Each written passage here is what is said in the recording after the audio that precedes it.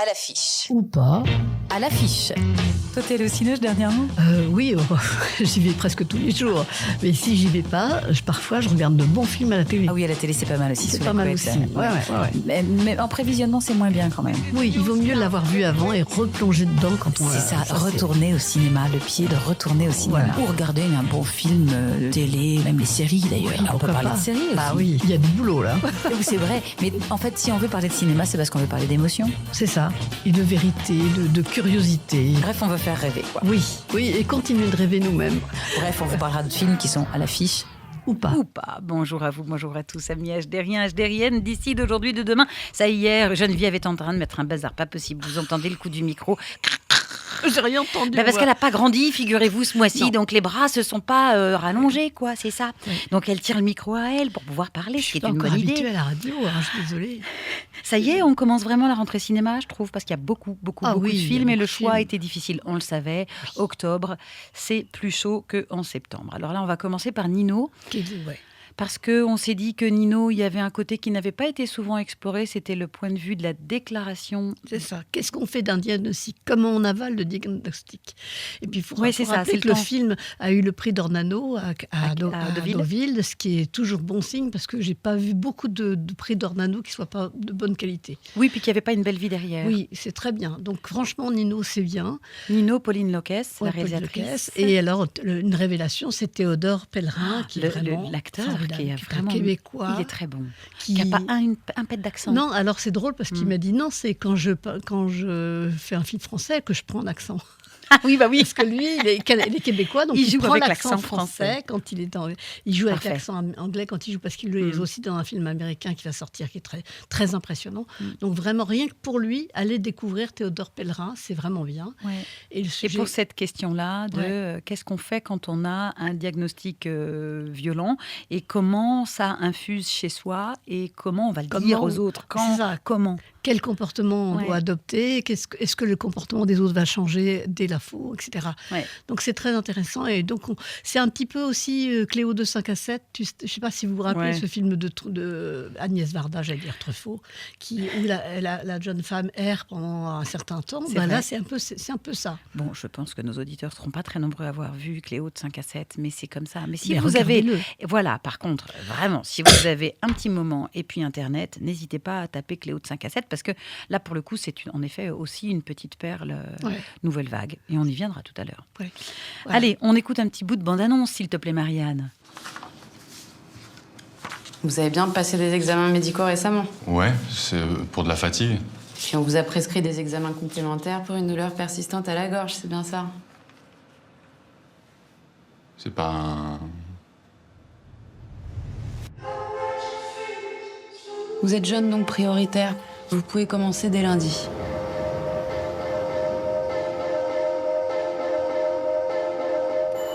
Je voulais te demander un truc pour lundi. En fait, je dois aller...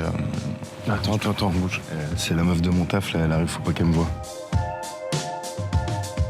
Faut que je te parle d'un truc. Je dois commencer quelque chose pour... Tu vas faire une transition ?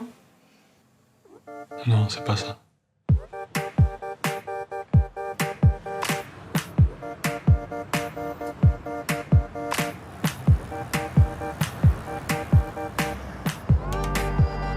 On se connaît, non ?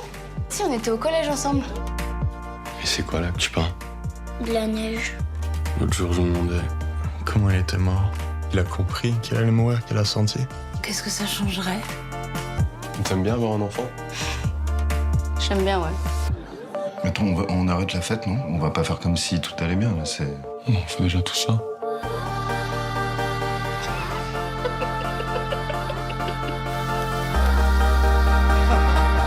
J'ai changé, moi, tu trouves ?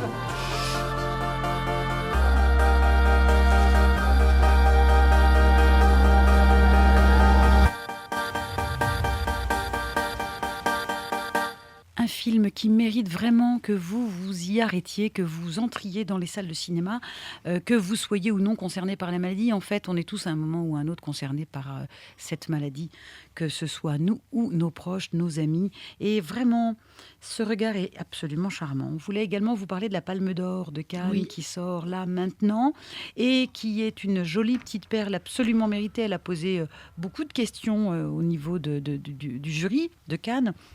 Et des réactions au niveau de la presse qui se disaient « Ah oui, mais c'est peut-être pas lui. Est-ce qu'il l'a eu parce que c'est Jafar Panahi? Est-ce qu'il l'a eu parce que c'est l'Iran et parce que machin ?» Et en fait, au bout d'un moment, tout c'est parce que on s'en fiche un peu, il faut bien faire un choix. Moi, personnellement, je me souviens d'avoir passé un très, très, très bon moment dans ce film-là. Et surtout que la question énorme qui est posée, qu'aurions-nous fait? C'est ça. Qu'aurions-nous fait? Alors moi, je vous dis, parce que vraiment, j'aime énormément ce réalisateur qui à chaque fois nous fait des perles, qui a une façon, un regard sur l'humanité, qui pose un regard sur l'humanité et puis sur son pays, qui reste plein d'amour, malgré tout. Qui est assez et énorme. avec de l'humour. Et avec toujours une belle dose d'humour. Bref, moi, son talent, c'est son énergie aussi. Oui. L'énergie, et ses ses idées. Il a des idées quand même, parce que la bonne idée, c'est pour tracer rapidement l'histoire, c'est l'histoire d'un homme qui... Alors, le film démarre sur une famille qui est en train de rouler en voiture de nuit, de la petite fille derrière qui jacasse, etc. Donc on se dit déjà que ce sont des gens aisés parce que c'est pas l'image qu'on donne des Iraniens. Et arrive un moment où il y a un simple accident avec une bête. Voilà, c'est tout. D'où l'idée, le titre, parce que sinon on comprend pas. Et donc il est obligé de s'arrêter à un garage, on répare, et dans le garage il y a un homme qui pense reconnaître en lui son tortionnaire, son bourreau. Voilà. Et la question, c'est qu'est-ce qu'on fait avec ça? Voilà. C'est ça. Et Panahi pousse vraiment jusqu'au bout le suspense, et on n'est pas vraiment sûr d'avoir la réponse d'ailleurs. Que fait-on des fantômes qui nous hantent? Que fait-on si l'opportunité nous est donnée de devenir nous-mêmes bourreaux ou vengeurs? Et puis il y a des rebondissements qui apportent une juste touche à la fois d'humour et puis de surprise nécessaire, sans éviter la douleur évidemment, dans laquelle le film met le doigt sur laquelle... C'est un film fort, qui est plein d'humanité pour moi. Et l'intelligence de Panahi, c'est d'avoir aussi introduit plusieurs personnages. Il y a celui-ci, mais comme il est dans le doute, il arrive à... Il va chercher quelqu'un d'autre. Il va chercher quelqu'un, qui va chercher quelqu'un, il va chercher quelqu'un.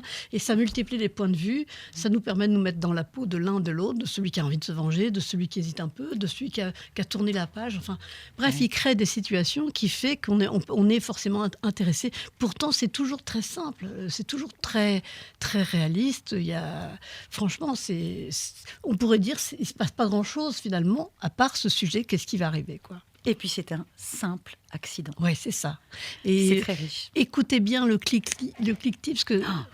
Moi, je ne l'ai pas entendu au début. Oui. J'ai envie de le revoir. J'ai envie de le revoir rien qu'à cause de ça. Rien que pour ça. Un clic-tip. Ah non, c'est assez énorme parce qu'effectivement, c'est aussi Il faut se remettre du coup dans le contexte, et on est en Iran et on est chez les tortionnaires, etc. Donc c'est la dictature. Et c'est la dictature. Donc en fait, quand on est, j'imagine, je suppose évidemment, quand on est torturé, il y a un moment donné où on ferme les yeux. Donc en fait, ce que l'on entend, et à nous à la radio, ça nous parle, ce que l'on entend prend un sens décuplé, différent.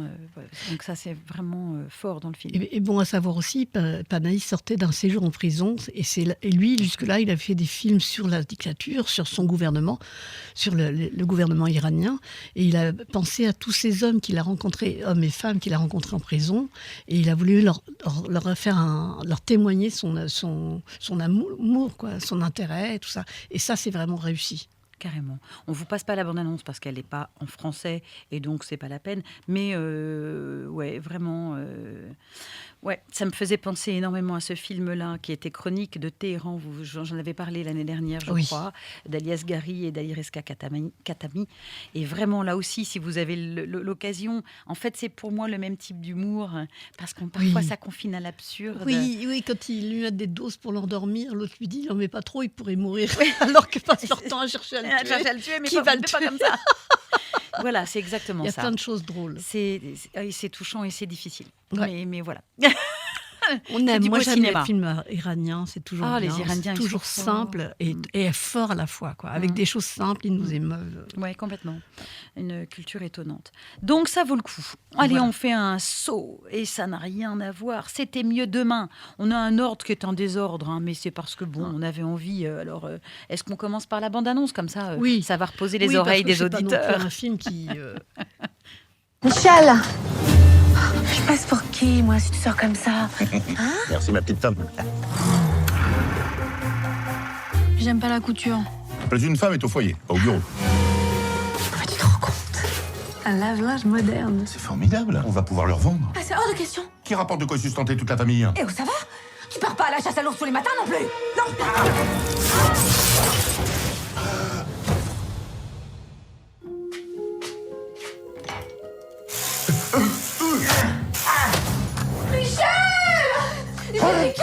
Un café. Il y a cette machine qui s'est allumée! Appelle la police. Appel police. Mais on est en quelle année? Tout est normal, rien ne nous surprend. Mais t'es pas en retard pour aller au boulot? C'est moi, la patronne. Comment ça? Mais je sais pas. Oui, entrez. On va tenter de rentrer chez nous. Téléportation, 1958. Il manque 80. Non, pas encore. Apparemment, on a marché sur la Lune et Jessica a trompé Kevin avec Stacy dans un bain à bulles.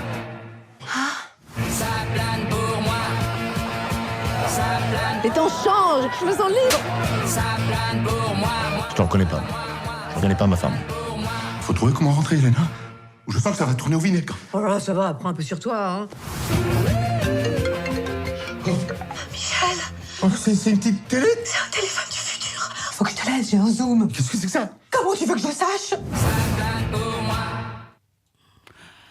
Voilà, de Vinciane Mileno. 1000 euros. 1000 Pardon, euros. madame. C'est 1000 euros. Alors, on entend à la fois tout et pas.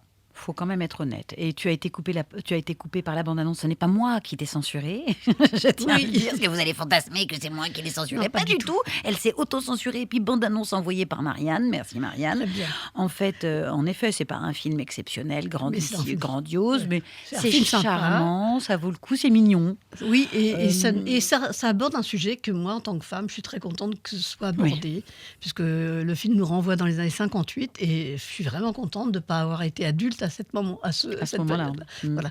Le rôle des femmes étant celui de rester à la maison, de faire le ménage, d'élever les enfants, etc.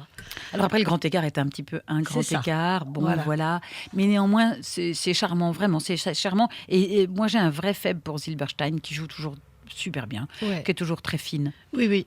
quel que soit le rôle qu'elle est, et qui emmène, pour le coup, Bourdon dans son jeu, quoi. Oui, elle, oui, est, ouais. elle est une réplique, je pense, en or. Donc on a entendu que tout partait de la machine à laver, qui effectivement, la modernisation, c'est un des premiers éléments qui a modernisé la vie des femmes, qui leur a permis de faire autre chose que de s'occuper du linge, etc. Et mieux que ça, tout part du moment où elle a gagné une machine à laver, puisque c'était quand même, ça coûte un fric dingue, donc elle avait gagné sa machine à laver, elle était heureuse comme tout, et lui, il lui dit, c'est formidable. Alors elle fait, oh, super, elle sait qu'il va vouloir la garder, la machine, et il lui dit, on va la revendre, comme ça, on va se payer une télévision. Et là, elle vrille. Ouais, Là, elle fait ah non, ça suffit l'esclavage. Non. Et c'est chouette parce que ça raconte tout en fait, Voilà. tout est là, et en même temps ça raconte pas toutes les drôleries qui vont derrière, puis ce regard qu'on peut poser sur Oui. notre société, sur Oui, notre c'est ça, parce que modernité. c'est vrai que ça provoque un vrai changement de découvrir le téléphone portable, la télévision, tout ce qui découvre. Si on passait de 58 à 2025, ça nous ferait drôle. Complètement. Puis les femmes qui ont plus de pouvoir, heureusement. Oui. Heureusement. Voilà. Mais voilà, ça vaut il y a des drôleries, c'est un espèce de retour vers le futur à la française.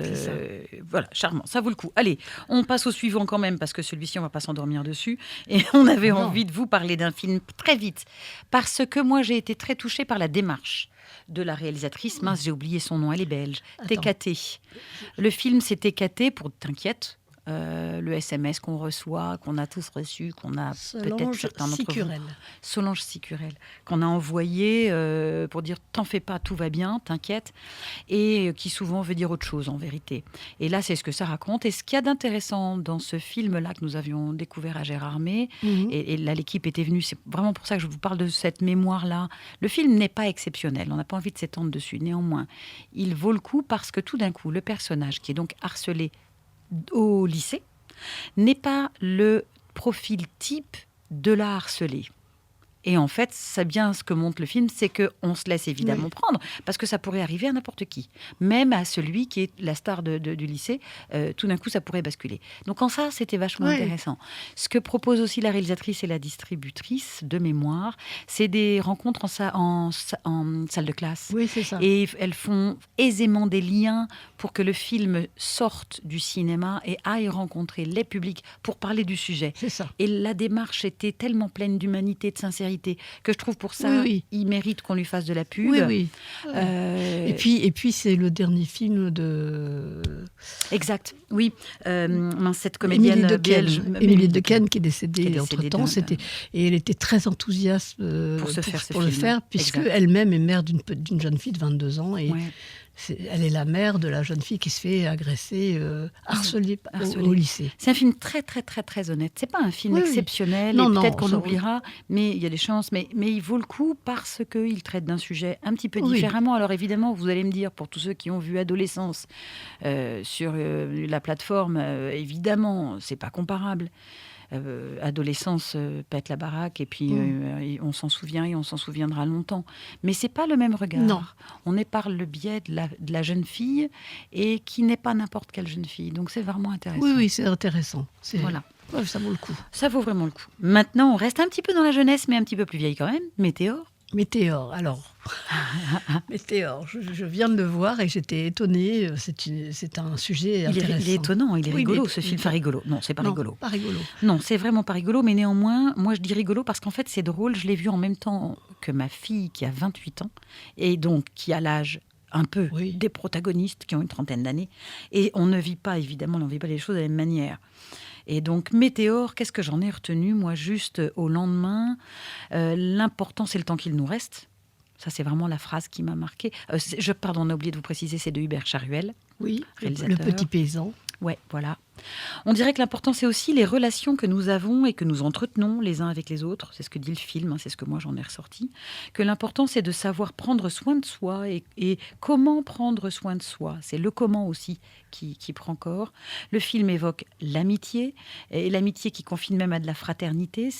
Ça évoque les personnes en perdition sans que vraiment elles ne s'en rendent compte.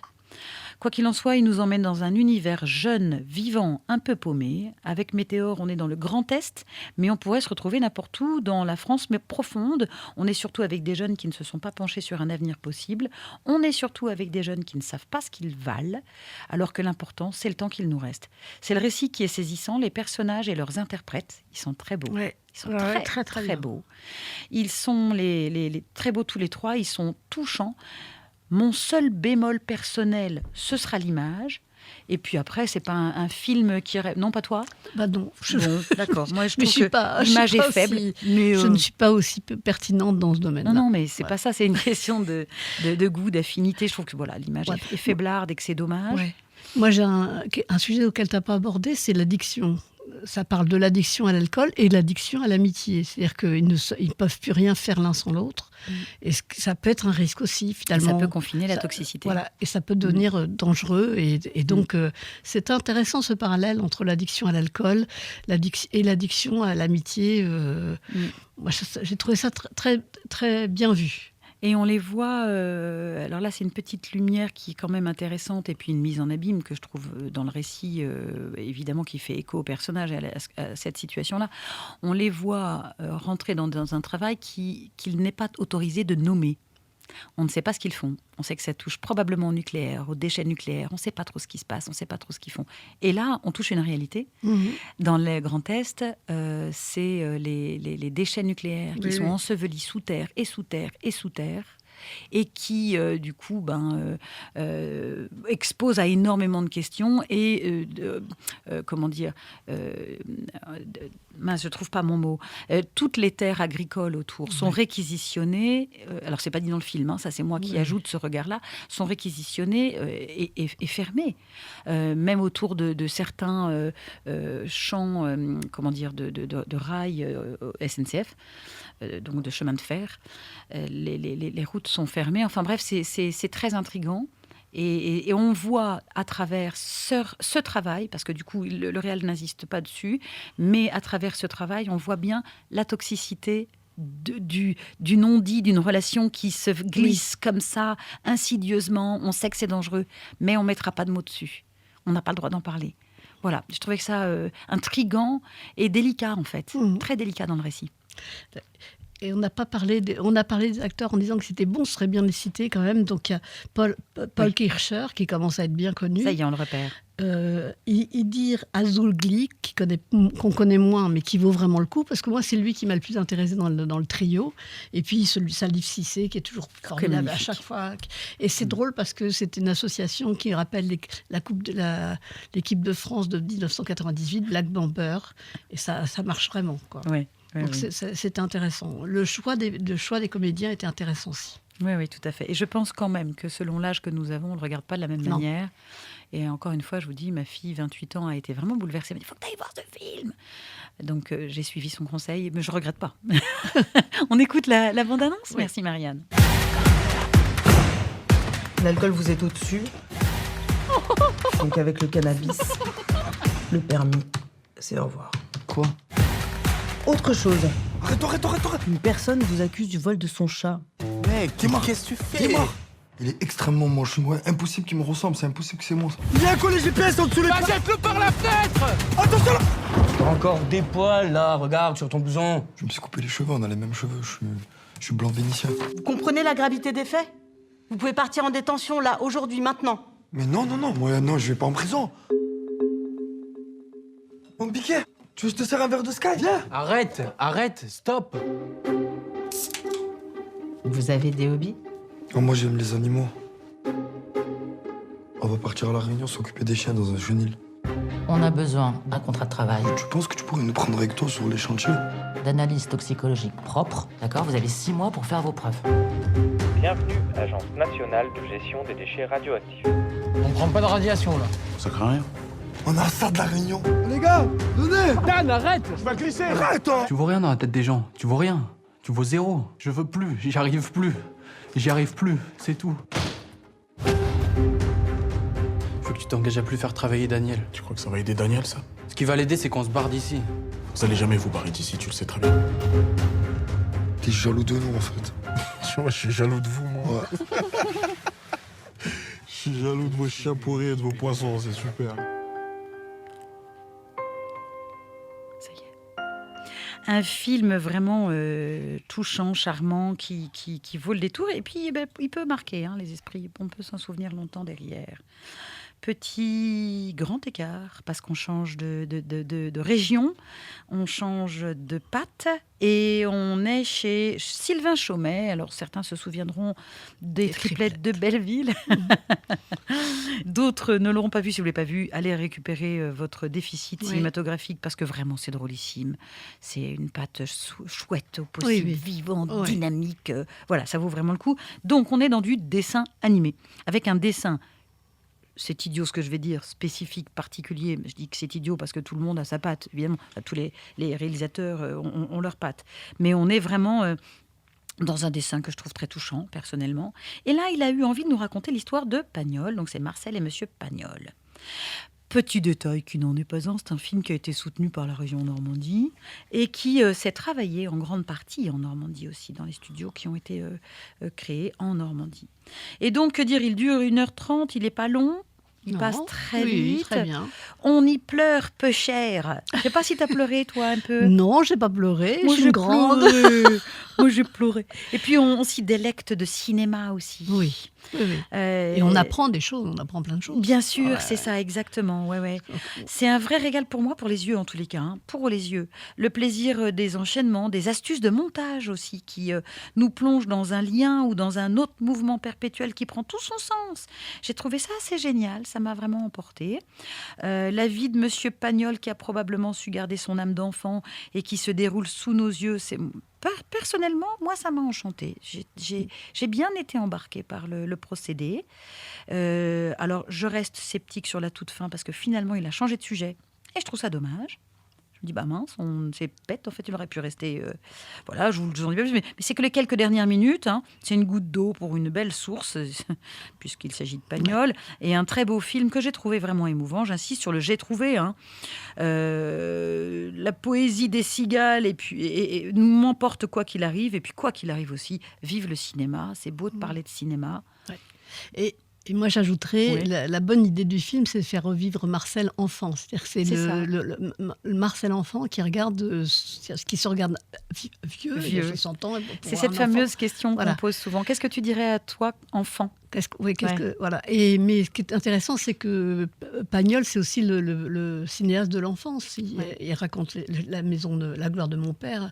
Donc c'était intelligent de ramener l'enfance dans la poésie du film. C'est ce qui m'a le plus touché, moi. Ouais. Évidemment, tout le monde ne sera pas touché, on le sait bien. Rares sont les films qui font l'unanimité. Mais de toute façon, on apprend plein de choses, justement, que Pagnol n'était pas seulement que le cinéaste du sud de la France. Il a été longtemps parisien, il a créé des tas de choses. Il était pas anti... il a fait un peu de la résistance auprès des Allemands. Enfin bref, on apprend plein de choses sur lui. C'est pas seulement le réalisateur du Château de ma mère et de Manon les Sources. C'était quelqu'un à connaître. Allez, on écoute alors. On va à Paname! Marcel Pagnol.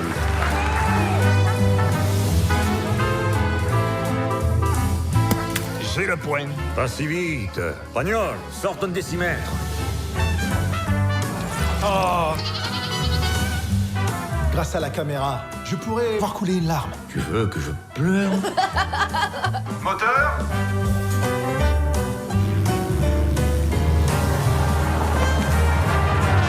Je te le promets, maman. Un jour, tu seras fière de moi. Alors j'ai hâte de voir. Mesdames et messieurs, Marcel? Pagnol! Marcel Pagnol! Monsieur Pagnol! Un jour, vous entendrez parler de lui. Un joli film. Est-ce que tu voulais ajouter quelque chose sur le Pagnol de Chaumet ? Non, c'est un film intéressant. On apprend des choses et on est touché. Voilà. Marcel et Monsieur Pagnol, qui sort mi-octobre. Oui, bientôt. Bientôt. Oui, voilà. C'est ça. Tout le mois d'octobre, c'est sûr. Allez, je fais exprès, je fais un petit saut vers classe moyenne que je n'ai pas vu, parce que j'ai envie de t'écouter, toi, nous parler de classe moyenne. Alors, justement, il y a un lien, parce que c'est Laurent Lafitte qui fait la voix de Pagnol, et c'est Laurent Lafitte qui joue dans le film dont on va parler là tout de suite. Il ne joue pas tout seul. Il y a un lien. Et oui, il y a un lien. Il ne joue pas tout seul parce qu'il est vraiment, vraiment bien entouré. Alors, classe moyenne, ça raconte la lutte des classes, toujours là, dont on parlera toujours, je pense. Ça se situe dans le sud de la France, une magnifique villa occupée par des Parisiens qui viennent passer les vacances et qui réservent la petite maison de dépendance à un couple de gardiens. Voilà. Donc, tout ce qu'il y a de plus classique. Et puis, tout le monde fait semblant de s'entendre, etc., se sourit, etc. Mais bon, et puis voilà le transfuge qui va arriver, puisque la fille des valets, enfin non, des maîtres, je parlais de valets et de maîtres. Ouais. Voilà, la fille des maîtres vient avec son fiancé, issu de la classe d'un milieu pauvre et maghrébin, mais qui commence à bien rentrer dans les affaires. Donc, on va tout faire pour que ça se passe bien pour lui, mais ça ne va pas forcément bien se passer. Donc, c'est un vrai cocktail. Je dis cocktail, c'est exprès parce qu'en fait, il n'y a rien à faire, ça ne se mélangera jamais, quoi. On est chacun dans son coin. On veut bien recevoir de l'aide des uns et des autres, mais on ne veut pas que ça se mélange, quoi. Ah oui. Et donc, l'histoire, le film est bourré d'humour. Les comédiens sont formidables. Donc, dans le rôle de l'avocat parisien, c'est Laffitte, Laurent Laffitte. De sa femme, c'est... Boucher. Oui, c'est ça. Élodie Boucher. Élodie Boucher. Le couple de gardiens, c'est Ramzy Bedia et Laure Calamy. Il y a les petits jeunes qui sont là, qui sont présents et observateurs et qui sont effrayés. C'est Ça, je t'aiderai pas. Non, mais Noé Habitat du côté des maîtres. Et Sami Outalbali qui joue le transfuge. D'accord. Donc ce transfuge, c'est l'observateur, quoi. Celui qui voudrait régler les choses, qui voudrait apaiser la situation, etc. Et qui n'y arrive pas parce que ça explose partout. Donc c'est drôle. Bon, à la fin, ça ne changera pas. Hein. La lutte des classes durera, mais ça nous a fait passer un bon moment, 1h30 à se marrer, quoi. Bon, ok. Eh ben, j'ai raté ça. On peut écouter du coup, peut-être qu'on va se marrer dans la bande-annonce déjà.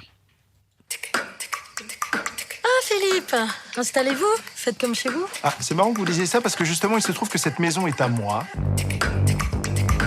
et que vous ne payez pas de loyer. Étant donné que vous nous employez depuis 7 ans au black, pourquoi vous n'utilisez pas l'appareil à vapeur? Ça laisse pas de traces. Puis ce serait moins fatigant pour vous. que vous nous avez versé 800 € par mois, soit bien moins qu'un SMIC, du coup, on n'a pas pu cotiser pour la retraite. Et non. Donc, si on va devant un juge, ça pourrait vous coûter un redressement 150 000. C'est quoi l'objectif? Ramener les ploucs à la raison, en chiffres. Ça, c'est 150 000. Et ça, c'est la raison. Mais quel enfoiré! On n'aura jamais votre argent. On va trouver un accord ici et maintenant. La violence est une limite. Et cette limite a été franchie 2 fois aujourd'hui. Vous arrêtez de vous foutre de notre gueule. Ça va partir en couille, là!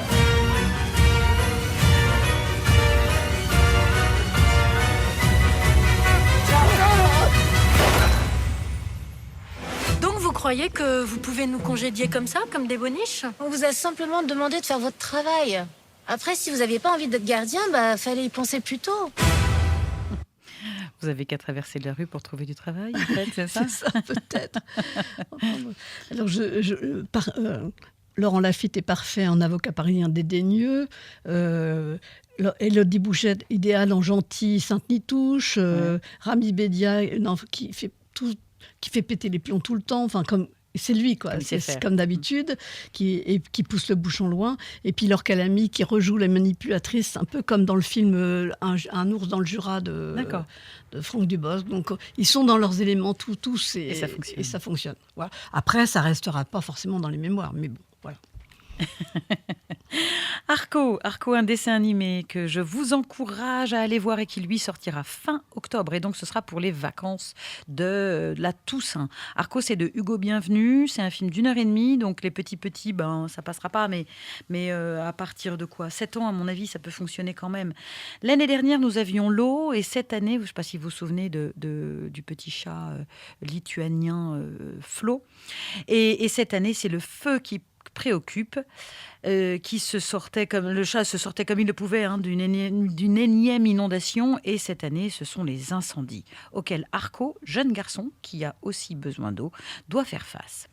Dans les voix VOIX, ça ne dénote pas puisque ça apporte une énergie au-delà d'un simple timbre vocal. Nous avons 3 personnages qui sont pris en charge par McCain, Garrel et Lebguil, et ce n'est pas seulement pour le clin d'œil anti-IA, mais sincèrement parce que les voix apportent une couleur, ce qui m'arrange, puisqu'en termes de couleur, il s'agit d'arc-en-ciel qui se promène à travers le temps. Le dessin animé, c'est un dessin animé de science-fiction qui à la fois se projette et nous emporte au-delà du ciel, tout en nous maintenant les pieds sur terre. J'avais un a priori, sincèrement, avant d'entrer en salle, notamment à cause du dessin, puisque vous savez, quand on voit les films à Cannes, on a vraiment très peu de choses, et je voyais le dessin là comme ça qui me donnait pas tellement envie, mais en fait, très vite, mes idées se sont fait embarquer, elles sont parties en fumée, sans jeu de mots, et j'ai même pas eu à me reconnecter avec mon âme d'enfant, parce que ça s'est fait vraiment fait d'un coup. Mon regard d'adulte était déjà curieux. Laissez-vous surprendre par ce film intelligent, à voir, avec ou sans enfants. On a tendance à se dire, allez, un dessin animé, c'est plutôt pour les enfants. Alors là, si vous avez des enfants à côté de vous, n'hésitez pas à emmener-les, ça vous fera ça vous fera l'argument. Mais vous pouvez vous faire plaisir en y allant sans enfants. Voilà, pas comme Marcel et Monsieur Pagnol. Hein. C'est vraiment complètement différent.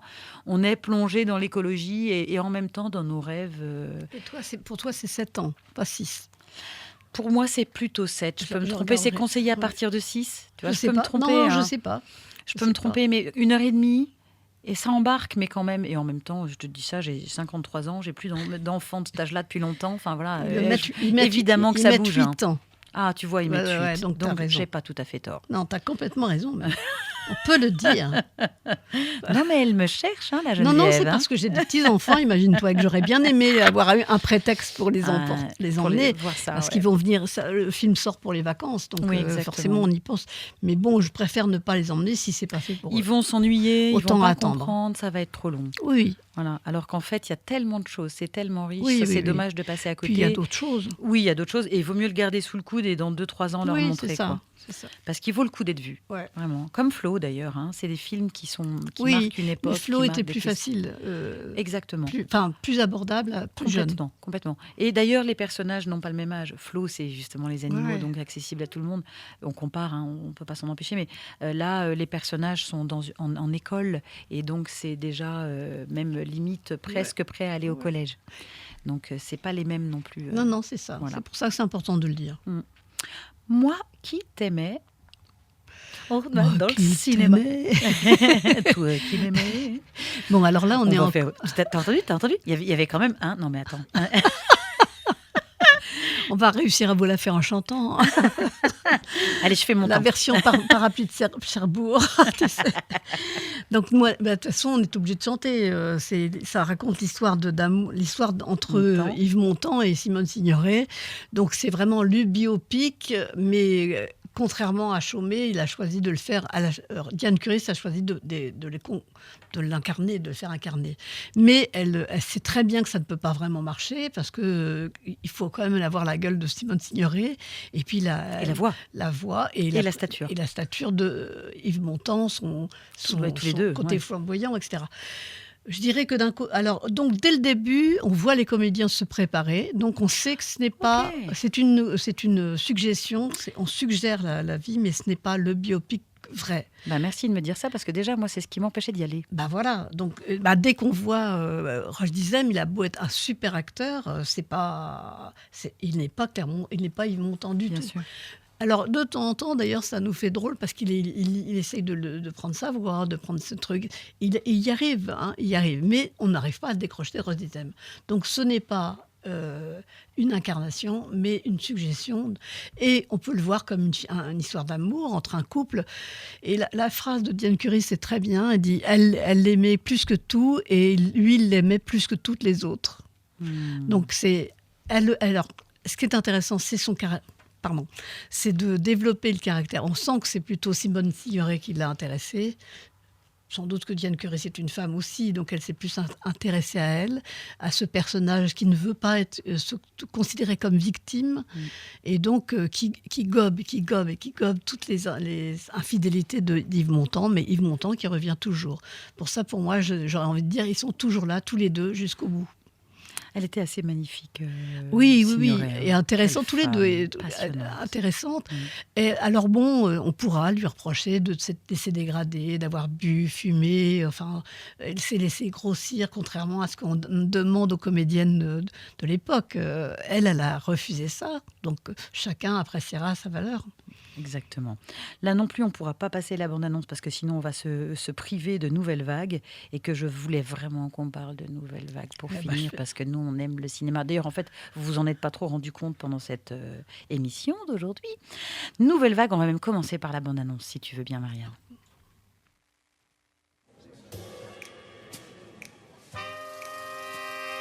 Celui qui est au milieu, c'est Truffaut.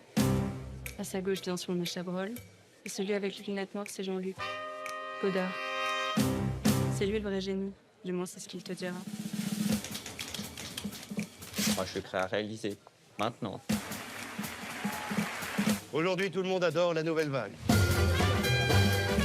Tout ce dont on a besoin pour faire un film, c'est d'une fille et un flingue. On n'aura jamais de J.T. Burger. I never even said that I'd do the picture. Voici le film en résumé. Ne montre ça à personne. Hein.